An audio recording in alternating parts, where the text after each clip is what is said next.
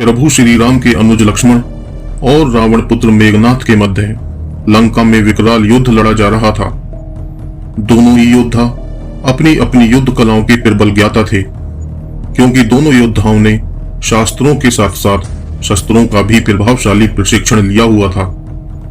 संपूर्ण युद्ध भूमि के ऊपर काले घने बादलों की एक चादर फैल चुकी थी। दोनों ही छोरों से बाणों की तीव्र वर्षा हो रही थी।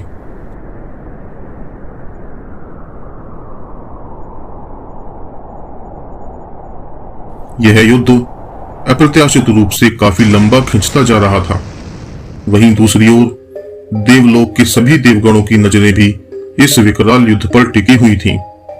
उन सभी को इस बात का भय सता रहा था कि यदि यह युद्ध जल्द ही अपनी विराम अवस्था पर नहीं पहुंचा तो इससे न केवल अपार जनहानि होगी, बल्कि प्रकृति भी अपना संतुलन खो सकती है, जिससे धरती के संपूर्ण प्राणियों को एक असंभावित संकट का सामना करना पड़ सकता है।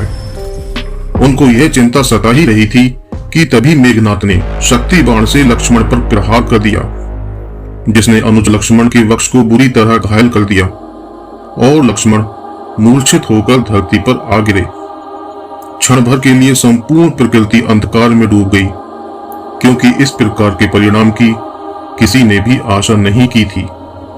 यह हृदय विदारिणी दृश्य देखकर प्रभु श्री राम स्तब्ध रह गए। उनके नेत्रों से अश्रुधारा इस प्रकार निकल रही थी मानो यह पूरे जगत को अपने में समा लेगी। उनके नेत्रों में मेघनाथ के प्रति क्रोध से कहीं अधिक भाई लक्ष्मण के प्रति प्रेम साफ दिख रहा था। तभी वहां वैद्यराज को बुलाया गया। वैद्यराज ने प्रभु श्री राम को बताया कि यदि लक्ष्मण के प्राण बचाने हैं तो यथाशीघ्र आने वाली संध्या से पूर्व हिमालय पर्वतमाला की द्रोणागिरी चोटी से संजीवनी बूटी लानी होगी। प्रभु श्री राम ने वैद्यराज से कहा कि हम इस समय लंका में हैं और संजीवनी बूटी लाने के लिए उत्तर दिशा में हिमालय पर्वत तक पहुंचना और संजीवनी बूटी लेकर आना, इसके लिए बहुत समय चाहिए होगा। इतने कम समय में संजीवनी बूटी लेकर आना असंभव है। क्या कोई और उपाय नहीं है वैद्यराज? वैद्यराज ने प्रभु श्री राम से निराश स्वर में कहा कि इसके अतिरिक्त और कोई मार्ग नहीं है जिससे लक्ष्मण के प्राणों की रक्षा की जा सके। पवन पुत्र हनुमान यह पूरी वार्ता ध्यान से सुन रहे थे।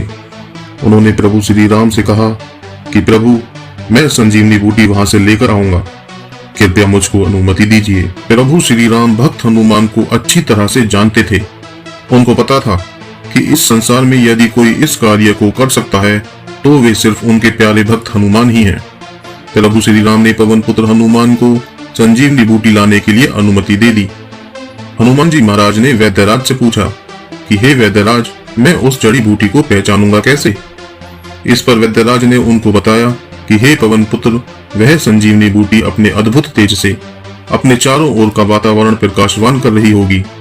आप उसको देखते ही पहचान लेंगे। यह सुनकर पवन पुत्र हनुमान संजीवनी बूटी लाने के लिए और अधिक विलंब न करते हुए वहां से शीघ्र प्रस्थान कर गए। जब हनुमान जी महाराज हिमालय पर्वतमाला पर पहुंचे तो वे वहां का दृश्य देखकर असमंजस में पड़ गए, क्योंकि वहां मौजूद प्रत्येक जड़ी बूटी प्रकाशवान हो रही थी। उनको समझ नहीं आ रहा था कि इन सभी जड़ी बूटियों में से संजीवनी बूटी कौन सी है।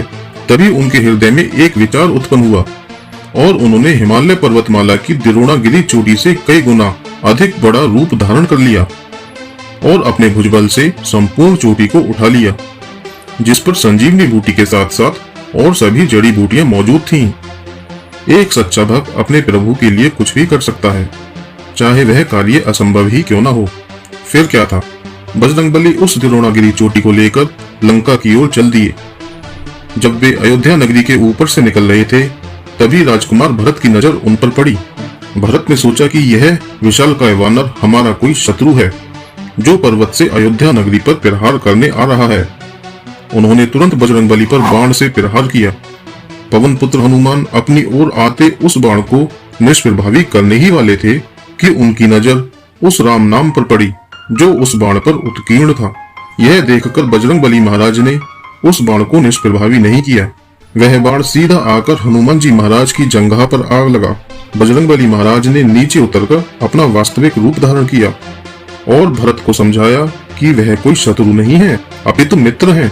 उन्होंने भरत को बताया कि किस प्रकार मेघनाथ और लक्ष्मण के मध्य लंका में भीषण युद्ध हुआ, जिसमें मेघनाथ के द्वारा छोड़े गए शक्ति बाण से लक्ष्मण मूर्छित होकर धरा पर गिर पड़े और उनके ही उपचार हेतु वे संजीवनी बूटी लेकर लंका जा रहे हैं। भरत को अपने किए पर पछतावा हुआ और उन्होंने हनुमान जी महाराज से क्षमा मांगी। इसके अतिरिक्त राजकुमार भरत ने बजरंग बली से पूछा कि क्या वे उनकी कुछ सहायता कर सकते हैं। बजरंग बली महाराज ने उनको उत्तर दिया कि हे अनुज भरत, आप कृपया यथाशीघ्र मेरा मार्ग छोड़ दें, मुझको शीघ्रतम लंका पहुंचना है। बजरंग बली महाराज भरत को क्षमा कर शीघ्र ही लंका की ओर प्रस्थान कर गए। वे समय पूर्व ही संजीवनी बूटी लेकर लंका पहुंच गए, जिससे लक्ष्मण के प्राण बचाए जा सके। ऐसे थे राम भक्त हनुमान, जो अपने प्रभु श्री राम के लिए कुछ भी कर सकते थे। ऐसे ही पौराणिक कथनों और रहस्यों के विषय में अधिक जानने के लिए अभी जुड़िए डिवाइन फ्लेवर्स के साथ।